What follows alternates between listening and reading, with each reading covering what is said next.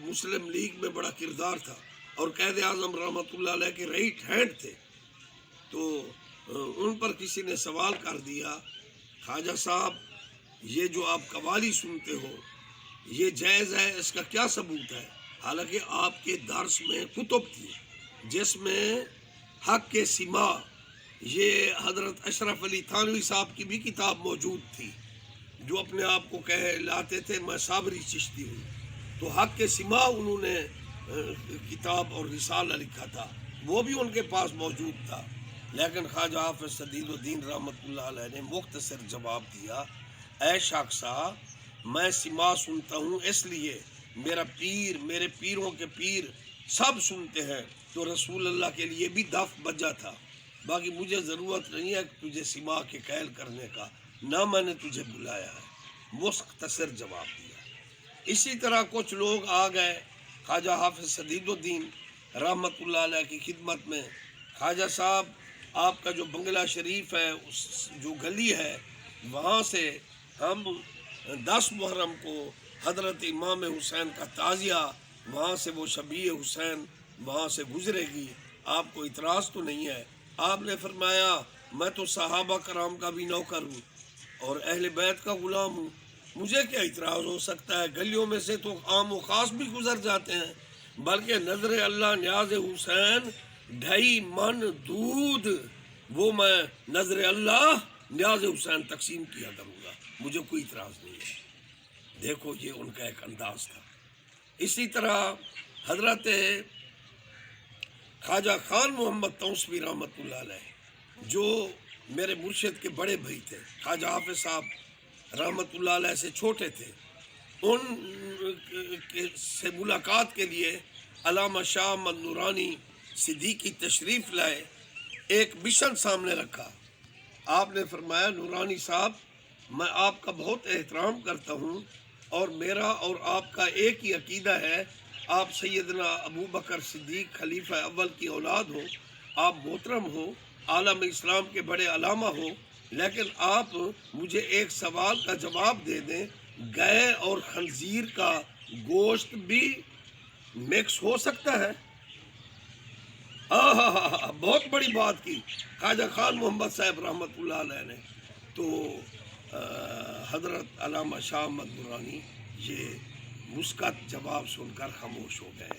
اور جو سمجھنے والے لوگ ہیں وہ دیکھیں گے کہ فن مناظرہ میں خواجہ خان محمد رحمۃ اللہ علیہ نے کیسی پیاری بات کر دی.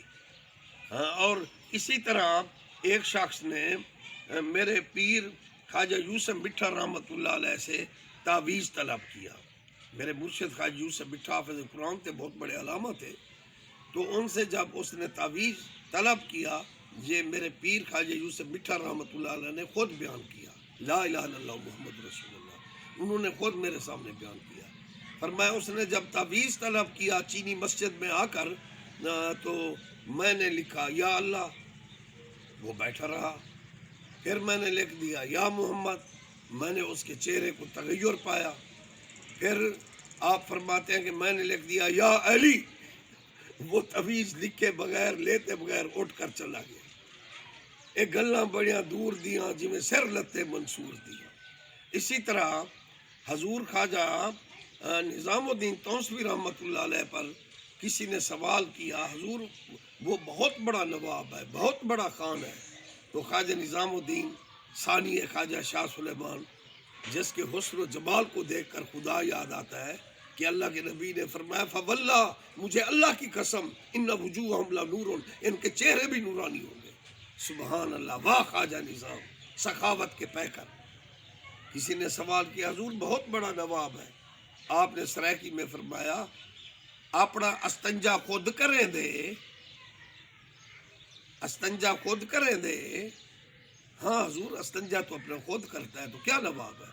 پھر آپ نے آیت پڑھی خواجہ نظام الدین توسوی رحمۃ اللہ علیہ نے، اللہ غنی وانتم الفقراء، فرمایا قرآن پڑھو، اللہ تو غنی ہے، ہم اس کے فقیر ہیں.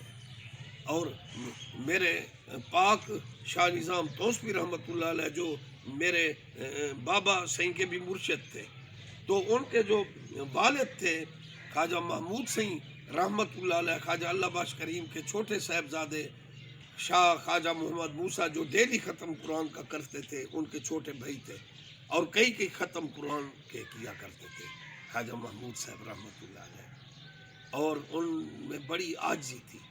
جب بہاڑی میں ان کے ایام وصال تھے تو وہ فرماتے تھے کہ میں با جماعت نماز نہیں چھوڑ سکتا، اور میری چارپائی کو سب جو قطاریں ہیں صفیں بنی ہوئی ہیں ان کے پیچھے بچوں کی صف ہے، اس کے پیچھے میری چارپائی رکھ دے۔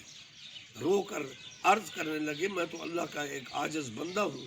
مریدین نے عرض کیا حضور آپ بہت بڑے گدی نشین ہو، شاہ سلیمان کے لاقتے جگر ہو۔ آپ نے فرمایا ایک ہی صف میں کھڑے ہو گئے محمود و ایاز، نہ کوئی بندہ رہا نہ کوئی بندہ نواز۔ تو انہوں نے پھر یہی جواب ارشاد فرمایا میں اللہ کا عاجز بندہ ہوں، کوئی میری کرسی اگلی صف میں نہ رکھی جائے، جیسے آج بڑے بڑے لوگوں نے کرسیاں بنوائی ہوئی ہیں، صفوں میں آگے آگے بیٹھے ہوئے ہیں، اولیاء اللہ سے دین سیکھو۔ انہوں نے فرمایا نہیں، میری چارپائی بچوں کے پیچھے رکھ دو، میں اللہ کا ایک عاجز بندہ ہوں۔ اتنا ان کے دل میں عاجزی تھی، اس لیے آج ان کی مزارات پر قرآن پڑھا جا رہا ہے۔ اور خواجہ حافظ محمد محمود توسوی خواجہ صاحب کا وصال بہاڑی میں ہوا، ان کو امانتاً جمال اللہ ملتانی کے مزار میں دفن کیا گیا۔ فلڈ آئے ہوئے تھے، یہ غازی گھاٹ کا پل نہیں بنا تھا، تو 4 مہینے کے بعد جب شاہ نظام توسوی نے اپنے بابا کو اٹھایا تو اسی طرح چمک رہے تھے، اسی طرح چمک رہے تھے۔ زمین میلی نہیں ہوتی، زمان میلا نہیں ہوتا، محمد کے غلاموں کا کفن میلا نہیں ہوتا، اور توسہ شریف میں ان کا مزار بنا۔ ان مولوں کو چھوڑو، اولیاء اللہ کا مذہب سچا ہے۔ بس یہ پر فتن دور آ گیا ہے، کوئی علی کا منکر ہے، کوئی حسین کا منکر ہے، کوئی ختم نبوت کا منکر ہے، کوئی جو پہلو مصطفیٰ میں لیٹے ہوئے ہیں ان کی گستاخی کر رہا ہے۔ مرے تجھے پتہ ہے کہ تجھے موت کہاں آئے گی۔ اس لیے وہ ایک کیتر صاحب تھے، کیتر صاحب وہ مولانا فضل الحق استاذ العلماء شیخ الاسلام مولانا فضل الحق رحمۃ اللہ علیہ ڈی جی خان والے ہمارے بڑے استاد تھے۔ وہ وہاں وہ کیتر صاحب آتے تھے، وہ خواجہ فرید صاحب کوٹ مٹن والے کے مرید تھے، پھر وہ یہ کلام پڑھتے تھے، کالیاں گیسوں والیا مکھ مصحف تو لہا کیا، منکرا نو تیرا حسن دکھوں گھونگٹ مکھ تو لہا کیا۔ سونا جنہیں کو اپنا وزیر بنائی ول انہیں کو نال سمئی کیری کر گئے برائی بدی خلقت تی، روزے تو شرف بہر چا دیو یا حیات نبی، روزے تو شرف بہر چا دیو نو انگے لا کیا۔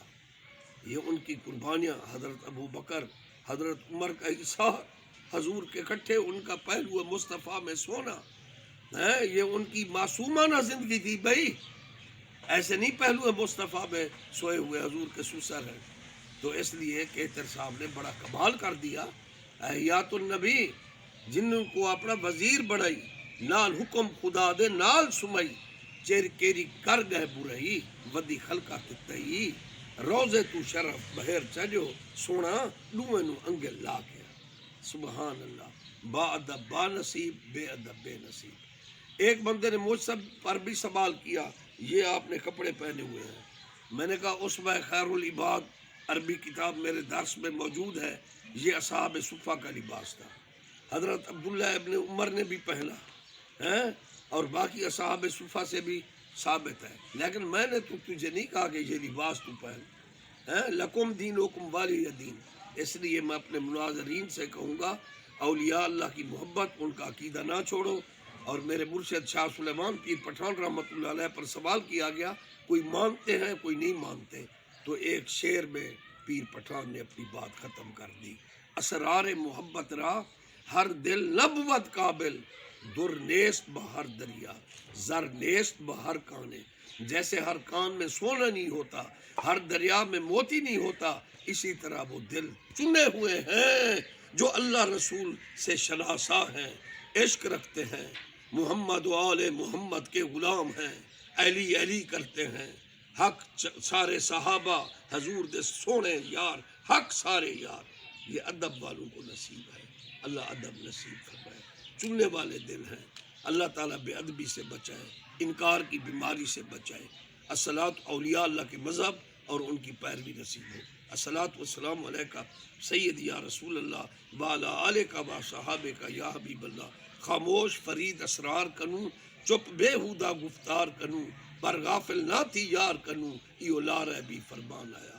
اللہ اللہ اللہ حق